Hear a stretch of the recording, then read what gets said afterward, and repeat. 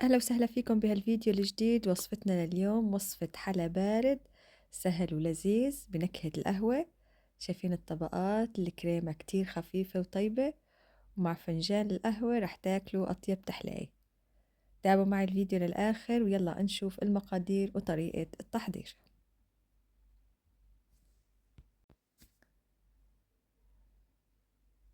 بالبداية بجاط رح نضيف 150 جرام من جبنة الكريمية، أو ممكن نضيفوا مكعبات الجبن أو المثلثات.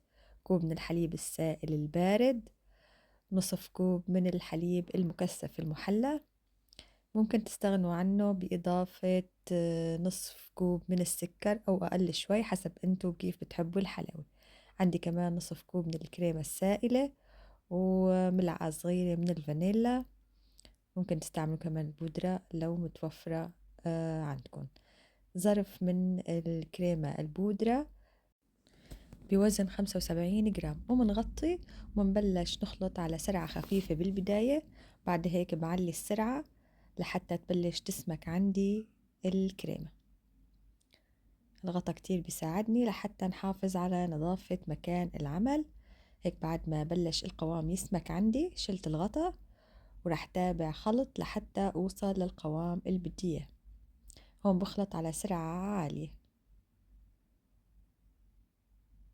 شايفين القوام كيف بلش يصير عندي سميك؟ هذا هو القوام اللي بدي أوصل له. عندي هون ملعقتين من الحليب الدافي، ضفت فوقهم ملعقتين كبار من القهوة سريعة الذوبان. أنا استعملت هون نوعين من القهوة لحتى يعطيني نكهة أطيب. ممكن كمان تستعملوا الإسبريسو أو أي نوع قهوة أنتوا بتحبوه. خلطت كتير منيح لحتى أتأكد إنه الحبيبات القهوة دابت عندي تماما. وبضيفها طبعا ما تكون أكيد سخنة، لازم تكون باردة. لما بضيفها فوق الكريمة، وبرجع بخلط شوي لحتى تمتزج القهوة بباقي المكونات. هيك صار عندي القوام كتير ممتاز. عندي هون البسكوت السادة بنكهة الشوكولا، وكوب من الحليب الدافي، وصحن البايركس رح بلش غطس البسكوت بالحليب بس هيك لحتى ياخد أو يتشرب حليب بكمية قليلة. بس هيك بغطسه بسرعة وبشيله وبطبقه بصحن البايركس. بعد ما خلصت أول طبقة من البسكوت ضفت طبقة من الكريمة، وزعتها بشكل متساوي، ورجعت ضفت طبقة تانية من البسكوت.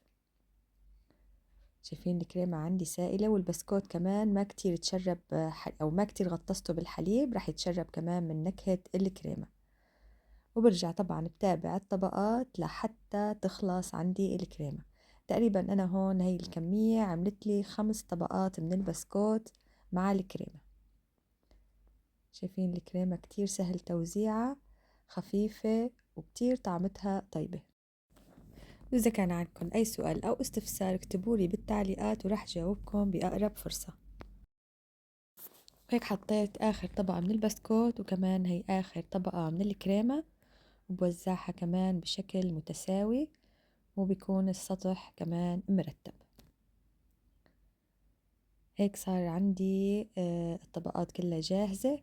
رح أحطها بالبراد، أو ممكن كمان تاكلوها باردة مثل البوظة، تحطوها بالفريزر لو حبيتوا.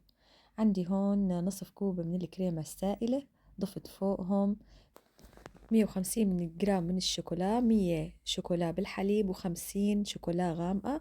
وبضل بحرك لحتى تدوب عندي الشوكولا على حرارة الكريمة. هيك بتصير عندي أو بصير عندي صوص الشوكولا جاهز. رح أتركه شوي يبرد، بعد هيك بصبه فوق الكريمة. ممكن كمان إذا حبيتوا تزينوه بالكاكاو البودرة، بس كمان نكهة الشوكولا مع نكهة القهوة والبسكوت رح تعطيني طعمة كتير طيبة. وبوزعه بهي الطريقة فوق الكريمة. ولأطيب نكهة ولأطيب أفضل نتيجة ممكن تتركوه ليلة كاملة بالبراد. وهيك صار عندي جاهز. ريحة الشوكولا كتير بتشهي. رح نقطعه، طبعا انتو بتحبوا أو الحجم حسب الرغبة. بتقطع معي بكل سهولة. البسكوت متشرب نكهة الكريمة، وصار كمان عندي طري وكتير طعمته طيبة. بتركهم كمان ليرتاحوا أو يبردوا بالبراد، بعد هيك بقدمها.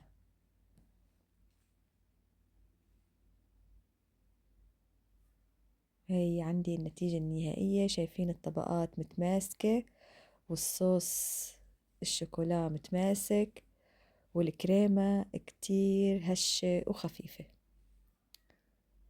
ولا أطيب مع فنجان القهوة، وكمان إذا كان عنا ضيوف أحلى ضيافة. شايفين الطبقات كيف عندي متماسكة، البسكوت صاير طري متشرب من نكهة الكريمة، والطعمة ولا أطيب. وهيك بيكون وصلنا لختام وصفتنا لليوم. بتمنى إذا حبيتوا الفيديو تدعموا الفيديو بلايك، واللي عم بيشوفني لأول مرة يشترك بقناتي ويفعل زر الجرس ليوصلوا كل جديد. وبشوفكم بفيديو جديد.